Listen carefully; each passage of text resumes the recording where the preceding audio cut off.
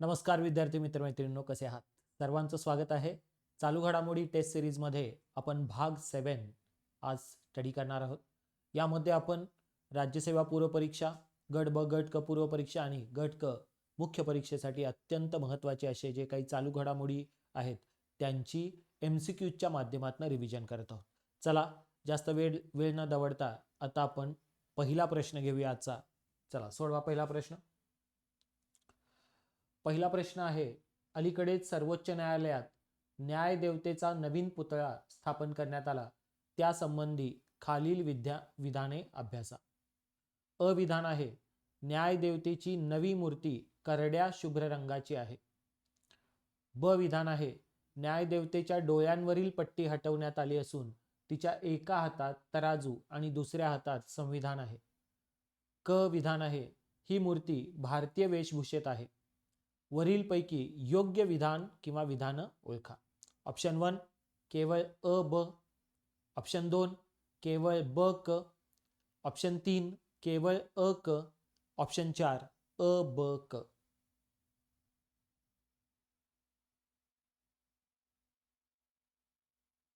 आपला वेळ इथं समाप्त होतोय आणि योग्य विधानांमध्ये जर बघितलं तर अ विधान, न्यायदेवतेची नवी मूर्ती करड्या शुभ्र रंगाची आहे. करड्या नाही तर शुभ्र पांढऱ्या रंगाची आहे ती. ठीक आहे, पांढऱ्या शुभ्र रंगाची आहे हे आपल्याला माहिती पाहिजे. अ स्टेटमेंट चुकीचं आहे. अंधा कानून आपण ज्याला म्हणतो की न्यायदेवतेच्या डोळ्यावरची पट्टी जी होती ती आता काढण्यात आलेली आहे आणि तिच्या एका हातात तराजू आणि दुसऱ्या हातामध्ये संविधान देण्यात आलंय. अगोदर एका हातामध्ये तलवार होती आणि दुसऱ्या हातामध्ये तराजू होता, तर तराजू आणि तलवारीच्या ऐवजी संविधान ठेवण्यात आले. आणि अगोदरची जी काही न्यायदेवतेची मूर्ती होती ती रोब्स मध्ये असणारी होती, आता ती भारतीय वेशभूषेत साडीमध्ये आहे. तर आपल्याला माहिती पाहिजे योग्य विधानं केवळ आहेत ब आणि क, त्यामुळे ऑप्शन आहे नंबर 2. सर्वोच्च न्यायालयामध्ये न्यायाधीशांसाठीचं ग्रंथालय जे आहे त्या ग्रंथालयामधल्या न्यायदेवतेचा पुतळा अलीकडं बदलण्यात आला. त्याला लेडी जस्टिस असं या पुतळ्याला म्हणतात. तर नवीन स्टॅच्यू आणण्यात आलेला आहे. या पुतळ्यामध्ये जे काही करण्यात आलेले प्रमुख बदल म्हणजे डोळ्यावरची पट्टी काढण्यात आली आणि तलवारीऐवजी संविधान देण्यात आले. नवी दिल्लीमध्ये कला महाविद्यालयामध्ये शिकवणारे म्युरलिस्ट आहेत विनोद गोस्वामी यांनी हा पुतळा तयार केलेला आहे.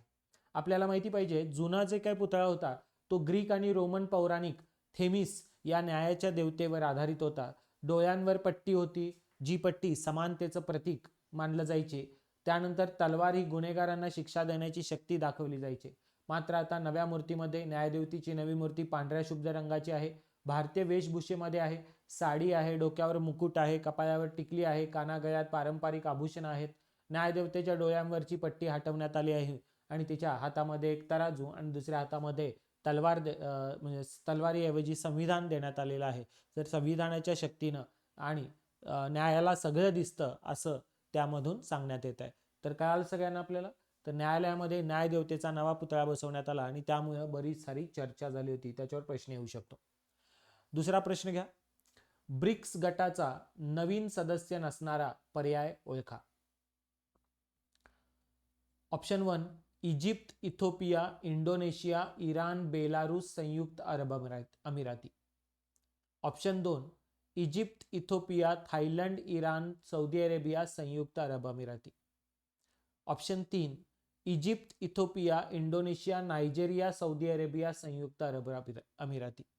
आणि option 4 Egypt, Ethiopia, Indonesia, Iran, Saudi Arabia, संयुक्त अरब अमिराती.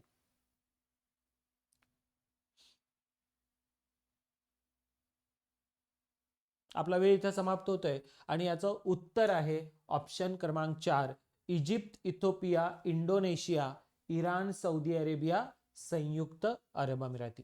16वी ब्रिक्स शिखर परिषद ही ऑक्टोबर 2024 मध्ये रशियामधल्या कझान इथं झाली आणि या परिषदेमध्ये जर बघितलं तर मोदीजी पण हजर राहिले होते. आणि या परिषदेमध्ये नवीन सदस्य जोडले गेले, 4 नवीन सदस्य जोडले गेले आणि इजिप्त, इथिओपिया, इराण, UAE हे देश जोडले गेले. त्याचबरोबर सौदी अरेबियाला पण नंतर जोडण्यात आलं आणि इंडोनेशियाला पण. मात्र अजून सौदी अरेबियानं फॉर्मली औपचारिकपणे सदस्यत्व स्वीकारलेलं नसलं तरी ब्रिक्सची सदस्यांची जर बघितलं आपण काही वेबसाईट्सवर ब्रिक्सची सदस्य संख्या 11 दाखवण्यात आलेली आहे. त्यामुळे आपल्याला ब्रिक्स हा गट काय आहे हे माहिती पाहिजे. ब्रिक्स म्हणजे Brazil, Russia, India, China, south Africa हा उदयोन्मुख अर्थव्यवस्थांचा एक गट आहे. ब्रिटिश अर्थशास्त्रज्ञ जिम ओनिल यांनी या एमर्जिंग इकॉनॉमीची पॉवर दाखवण्यासाठी BRIC ब्रिक नावाचा शब्द कॉइन केला होता. 2006 मध्ये ब्रिक परराष्ट्र मंत्र्यांची औपचारिक बैठक झाली आणि डिसेंबर 2010 मध्ये दक्षिण आफ्रिका हा ब्रिक मध्ये सामील झाला आणि या ब्रिकचं ॲक्रोनिम झालं ब्रिक्स. आता जर बघितलं तर ब्रिक्स 1 जानेवारी 2024 पासून इजिप्त, इराण, संयुक्त अरब अमिराती आणि इथिओपिया हे 4 देश ब्रिक्स मध्ये सहभागी झालेले आहेत. सौदी अरेबियानं पण सामील व्हायचं मान्य केलंय, मात्र औपचारिक ती अजून सहभागी झालेली नाहीये.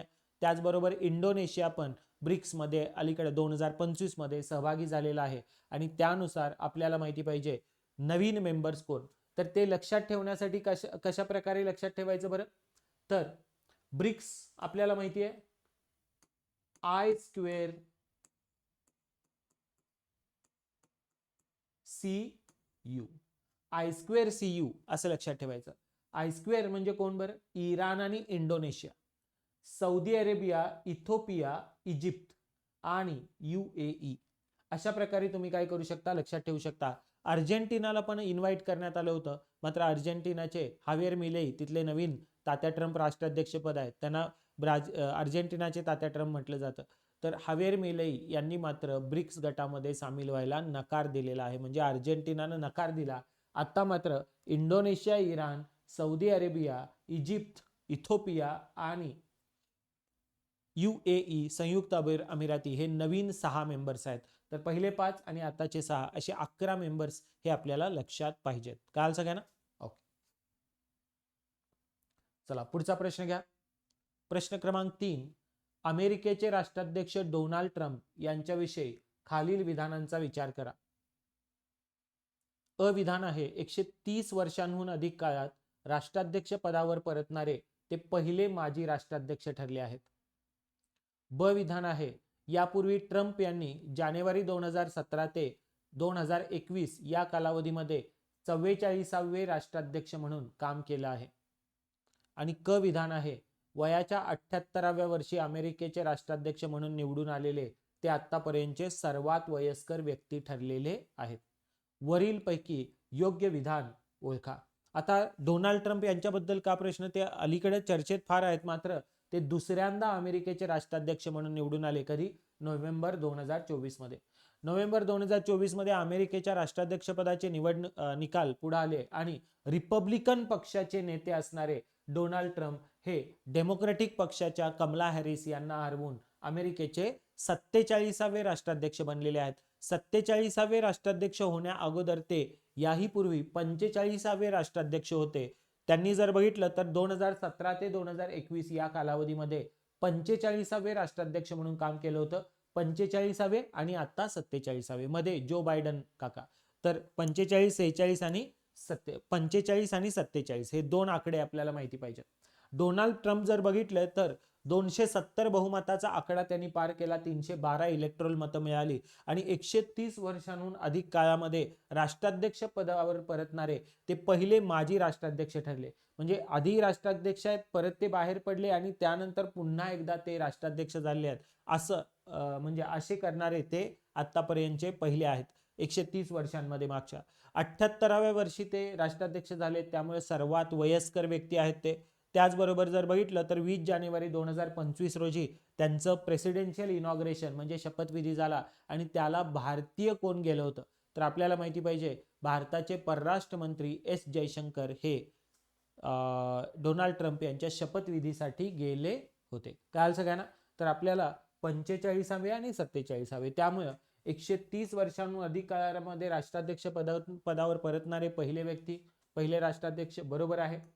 चुकीचा आहे, ते 45वे होते या अगोदर 2017 ते 11 आणि आता 47वे आहेत. आणि बरोबर आहे, वयाच्या 78व्या वर्षी अमेरिकेचे राष्ट्राध्यक्ष म्हणून ते निवडून आलेले सर्वात वयस्कर आहेत. योग्य विधान ओळखा. आणि योग्य आहेत. याचा ऑप्शन नंबर 3 उत्तर आहे. काल सगळ्यांना ओके. चला पुढचा प्रश्न घ्या. डोनाल्ड ट्रम्प यांच्याबद्दल थोडक्यात जर माहिती करून घ्यायचं असेल तर त्यांचा जन्म न्यूयॉर्कमध्ये आहे. रिअल इस्टेट उद्योजक आहेत ते. अर्थशास्त्रामध्ये त्यांनी पदवी घेतलेली आहे पेन्सिल्व्हानियामधल्या व्हॉर्टन स्कूलमधनं. सर्वाधिक श्रीमंत व्यक्तींमध्ये एक ते आहेत. NBC चॅनेलवरच्या द ॲग्रेंटिस या शोचं त्यांनी सूत्रसंचालन केलं होतं. ट्रुथ सोशल नावाचं स्वतःचं त्यांचं काय बरं एक्स सारखं हँडल आहे. रिपब्लिकन पक्षाचे नेते आहेत. 45वे 47वे राष्ट्राध्यक्ष आहेत. The art of the deal हे त्यांचं पुस्तक व्यावसायिक क्लासिक मानलं जातं, बिझनेसमधलं क्लासिक मानलं जातं. चला पुढचा चौथा प्रश्न आहे. प्रधानमंत्री विद्यालक्ष्मी योजना कोणत्या उद्देशासाठी सुरू करण्यात आली आहे? ऑप्शन 1 महिला सक्षमीकरणासाठी कर्ज अनुदान देणं. ऑप्शन 2 गुणवंत विद्यार्थ्यांना उच्च शिक्षणासाठी आर्थिक सहाय्य देणं. ऑप्शन 3 शेतकऱ्यांसाठी कर्ज उपलब्ध होण्यासाठी क्रेडिट गॅरंटी देणं. आणि ऑप्शन 4 सूक्ष्म लघु मध्यम उद्योग म्हणजे MSME क्षेत्राला कर्ज अनुदान देणं.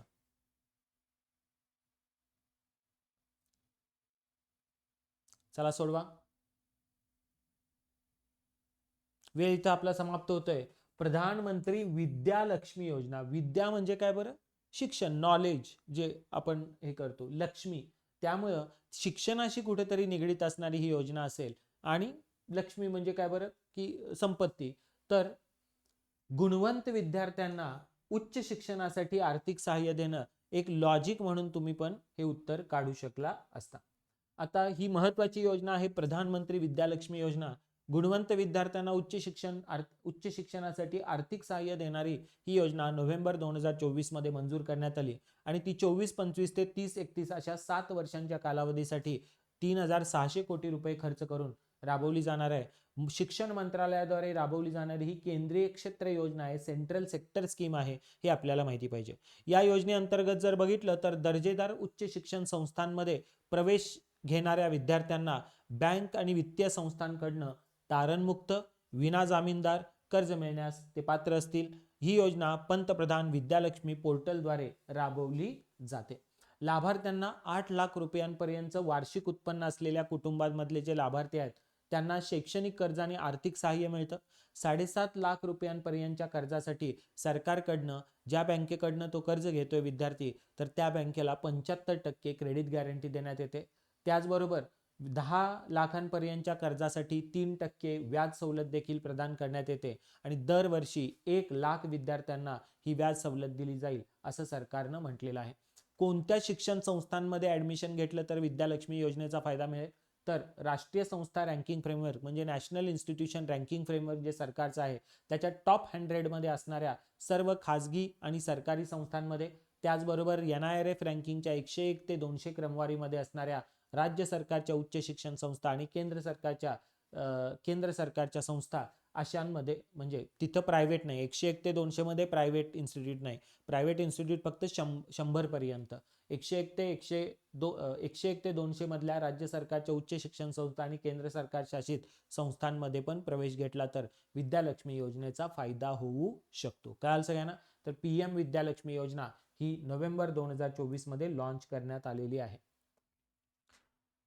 5वा प्रश्न घ्या. प्रधानमंत्री मुद्रा योजना संबंधी खालील विधाने अभ्यासा. अ विधान आहे 8 एप्रिल 2015 रोजी प्रधानमंत्री मुद्रा योजना सुरू करण्यात आली. आणि ब विधान आहे या योजनेअंतर्गत लघु व सूक्ष्म उद्योगांना 50,000 रुपये ते 20 लाख रुपयांचे तारणरहित कर्ज देण्यात येते. वरील पैकी अयोग्य विधानं किंवा विधानं ओळखा. ऑप्शन 1 फक्त अ, ऑप्शन 2 फक्त ब, ऑप्शन 3 अ आणि ब, ऑप्शन 4 दोन्ही नाही.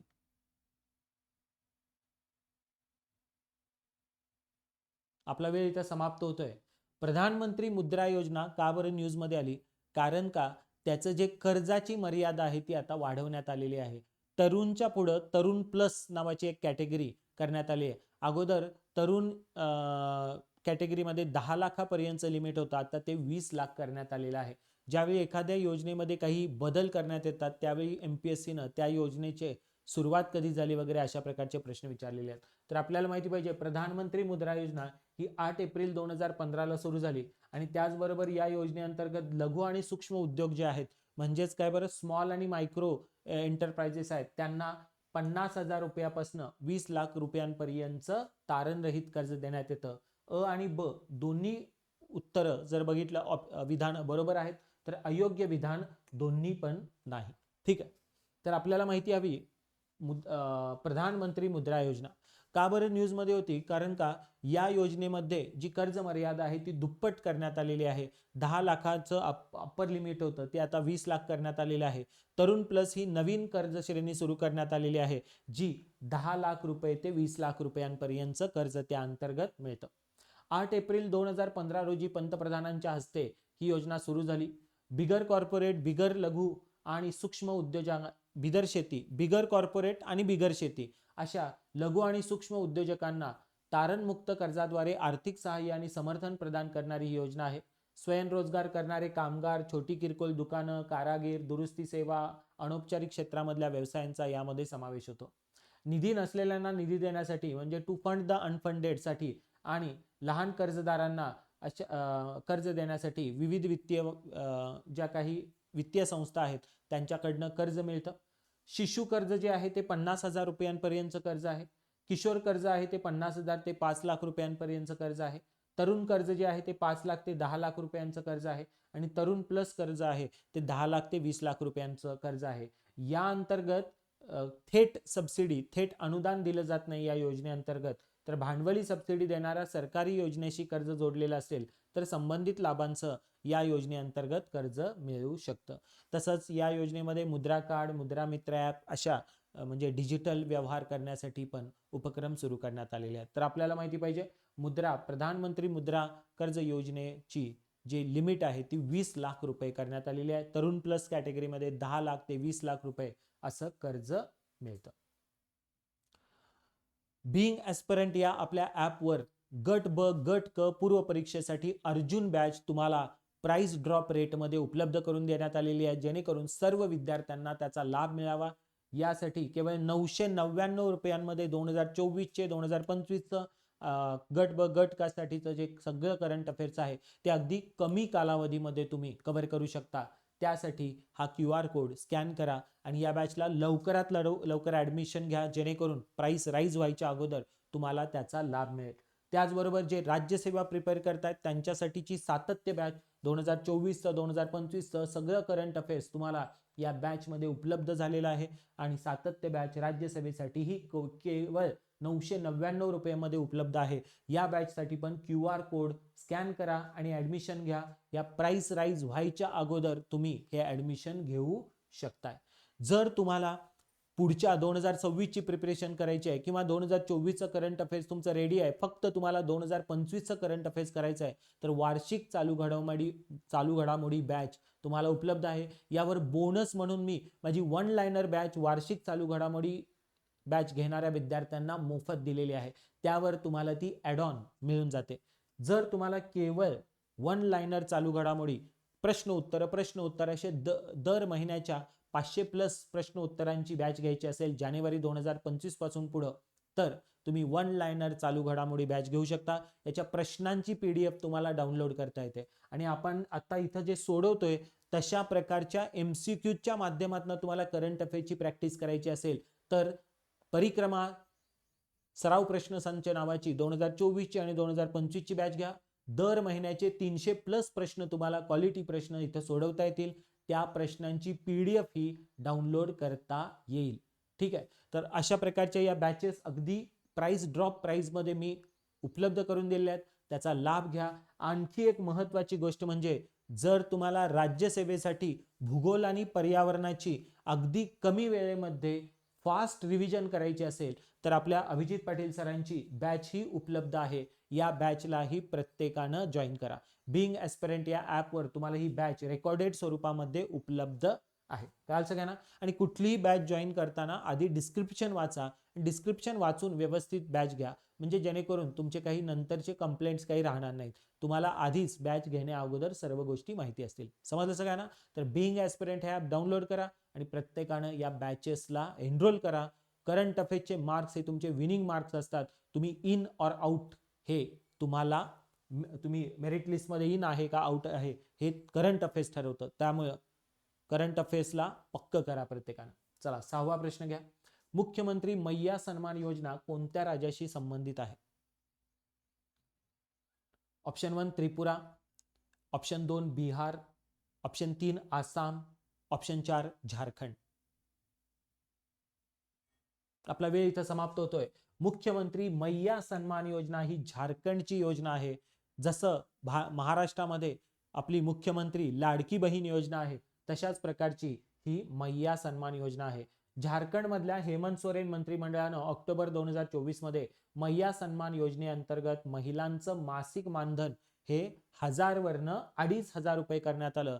त्यामुळं जर बघितलं तर झारखंड मधल्या सगळ्या मैयांना, सगळ्या बहिणांना दरवर्षी 30,000 रुपये मिळणार आहेत. जर बघितलं तर 2500 रुपये पर्यंत वाढवण्यात आले.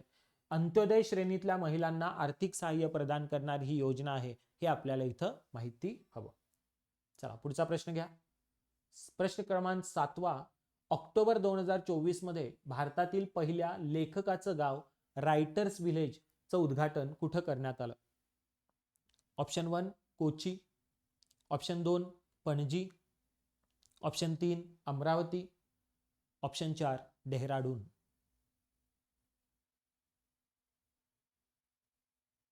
आणि या प्रश्नाचं उत्तर आहे ऑप्शन क्रमांक 4 डेहराडून.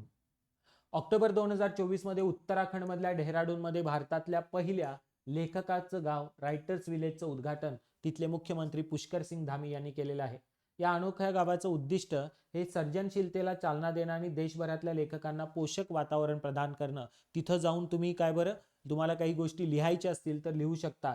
डेहराडूनला साहित्यिक प्रतिभेचं नवीन सांस्कृतिक केंद्र म्हणून स्थापित करणं, लेखकांना पोषक वातावरण देणारं असं शहर, लेखकांचं गाव रायटर्स विलेज स्थापन करण्यात आलंय डेहराडून मध्ये. काल सगळ्यांना ओके. त्यानंतर 8वा प्रश्न घ्या. ऑर्बिटल कादंबरीला बुकर पारितोषिक 2024 मिळालं. या कादंबरीचं वैशिष्ट्य काय आहे? ऑप्शन क्रमांक 1 ती बुकर जिंकणारी विज्ञानावर आधारित पहिली कादंबरी आहे. ऑप्शन क्रमांक 2 ती बुकर जिंकणारी सर्वाधिक विक्री झालेली कादंबरी आहे. ऑप्शन क्रमांक 3 ती बुकर जिंकणारी सर्वात लहान कादंबरी आहे.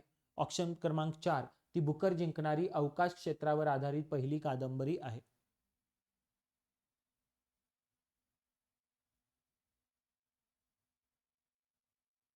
आणि या प्रश्नाचं उत्तर आहे ती बुकर जिंकणारी पहिली अवकाश क्षेत्रावर आधारित पहिली कादंबरी आहे. ऑर्बिटल. ऑर्बिट म्हणजे काय बरं? कक्षा. कक्षेमध्ये घडलेल्या गोष्टी. ठीक आहे. तर आपल्याला माहिती पाहिजे समांथा हार्वे या लेखिकेचं नाव माहिती पाहिजे. समांथा हार्वे यांच्या ऑर्बिटल या कादंबरीला बुकर पारितोषिक 2024 प्रदान करण्यात आलं. त्या ब्रिटिश लेखिका आहेत हे पण आपल्याला इथं माहिती पाहिजे. 50,000 पाऊंडची बक्षीस रक्कम त्यांना मिळालेली आहे. अवकाश क्षेत्रावर आधारित ही पहिलीच कादंबरी आहे जिला बुकर पारितोषिक मिळाले आणि ती आतापर्यंतची हे पारितोषिक जिंकणारी दुसरी सर्वात लहान कादंबरी आहे. केवळ 136 पानांची कादंबरी आहे. जर बघितलं तर या अगोदर पेनेलोप फिझरगेल्ड यांची ऑफशोर ही 132 पृष्ठांची कादंबरी सर्वात लहान आहे. 2024 मध्ये पहिल्यांदाच जर बघितलं तर 6 नामांकितांपैकी 6 कादंबऱ्या शॉर्टलिस्ट करण्यात आल्या होत्या. त्यापैकी 5 कादंबऱ्या या महिलांनी लिहिलेल्या होत्या आणि हे पारितोषिक जिंकलं पण महिलेनं. जर बघितलं तर त्यामध्ये जेम्स नावाची कादंबरी, creation, orbital, held, stone yard devotional, the safekeep अशा कादंबऱ्या नॉमिनेटेड होत्या. तर जिंकलं ऑर्बिटल या कादंबरीनं. आपल्याला माहिती पाहिजे की बुकर पारितोषिक काय असतं. बुकर पारितोषिक म्हणजे मूळ इंग्रजी भाषेमध्ये लिहिलेली आणि युनायटेड किंगडम आणि आयर्लंडमध्ये प्रकाशित झालेल्या कादंबरीला दरवर्षी दिलं जाणारं हे पारितोषिक आहे. 1969 सालापासून ते प्रदान करण्यात येतं. ते 2014 मध्ये सर्व राष्ट्रीयत्वाच्या लेखक लेखिकांसाठी खुलं करण्यात आलं. त्या अगोदर केवळ राष्ट्रकुल आणि काही जसं की आयरिश आणि दक्षिण आफ्रिकन नागरिकांसाठीच किंवा लेखक लेखिकांसाठी ते खुलं होतं. 50,000 रुपये पाऊंड हे विजेत्या पुस्तकाच्या लेखक लेखिकेला मिळतात. तर जे शॉर्टलिस्ट झालेले ज्या कादंबऱ्या आहेत त्यांच्या लेखकांना 2,500 पाऊंड्स मिळतात. जर बघितलं तर क्रँकस्टार्ट या कंपनीतर्फे या बुकर पारितोषिकाचं समर्थन करण्यात येतं. आपल्याला माहिती पाहिजे की आतापर्यंत Arundhati Roy the God of small things साठी, किरण देसाई यांना द इनहेरिटन्स ऑफ लॉस साठी, अरविंद अडिगा यांना द व्हाईट टायगर साठी हे पारितोषिक मिळालेलं आहे.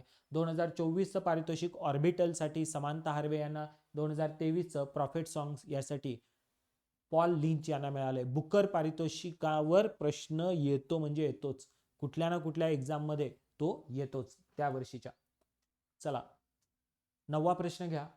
The golden road how ancient India transform the world हे पुस्तक कोणत्या लेखकाने लिहिलं आहे? Option 1 Aruna Roy, option 2 William Dalrymple, option 3 Ramachandra Guha आणि option 4 Shashi Tharoor. The golden road how ancient India transform the world. आणि उत्तर आहे विल्यम डेलरिम्पल. विल्यम डेलरिम्पल हे इतिहासाची पुस्तकं लिहिण्यासाठी फेमस आहेत. प्रख्यात इतिहासकार आणि लोकप्रिय लेखक असणारे विल्यम डेलरिम्पल यांचं the golden road how ancient India transform the world नावाचं पुस्तक अलीकडे पब्लिश झालेलं आहे.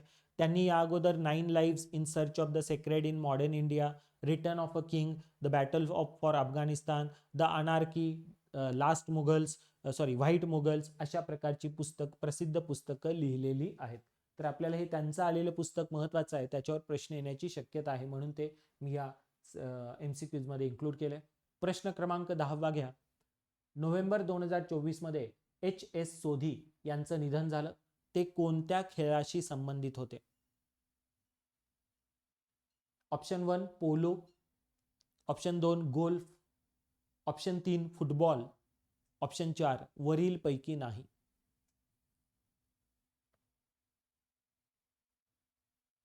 आणि या प्रश्नाचं उत्तर आहे पोलो. घोड्यावरून खेळला जाणारा हॉकी सारखा लांबड्या स्टिक्सनं खेळला जाणारा हा खेळ आहे. तर त्यासाठी ओळखले जाणारे भारतीय पोलो मधले प्रसिद्ध खेळाडू हरिंदर सिंग सोधी यांचं नोव्हेंबर 2024 मध्ये निधन झालं. त्यांना बिली म्हणून ओळखलं जायचं. पोलो मधली त्यांची प्रभावी कारकीर्द, त्या व्यतिरिक्त त्यांनी 1980च्या मॉस्को ऑलिम्पिक्समध्ये भारताच्या अश्वारूढ संघाचं व्यवस्थापनही केलं होतं. त्यांना अर्जुन पुरस्कारानं सन्मानित करण्यात आलं होतं. तर अशा ज्या काही व्यक्ती ज्यांचं निधन झाले त्या कोणत्या क्षेत्राशी निगडीत होत्या एवढं तरी आपल्याला माहिती पाहिजे. यावरही 1 लाइनर प्रश्न येतात. आता झालेल्या MCQ ची PDF तुम्हाला आपल्या श्रीकांत साठे परिक्रमा या टेलिग्राम चॅनेलवर मिळेल. हा QR कोड स्कॅन करा आणि आपलं चॅनेल जॉईन करा. त्यावर दररोज काही प्रश्न, डिस्क्रिप्टिव्ह साठीचे काही प्रश्न असेही मी टाकत असतो, त्याचाही लाभ घ्या. त्याच्यावरून अनेकदा प्रश्न आलेले आहेत. आणि त्याचसोबत बिंग ॲस्पिरंट हे आपलं ॲप डाउनलोड करा. हा QR कोड स्कॅन करून तुम्हाला काहीही जर अडचण असेल तर या नंबरवर कॉल करा आणि बिंग ॲस्पिरंट या ॲपवरच्या कोर्सेसचा जास्तीत जास्त फायदा घ्या.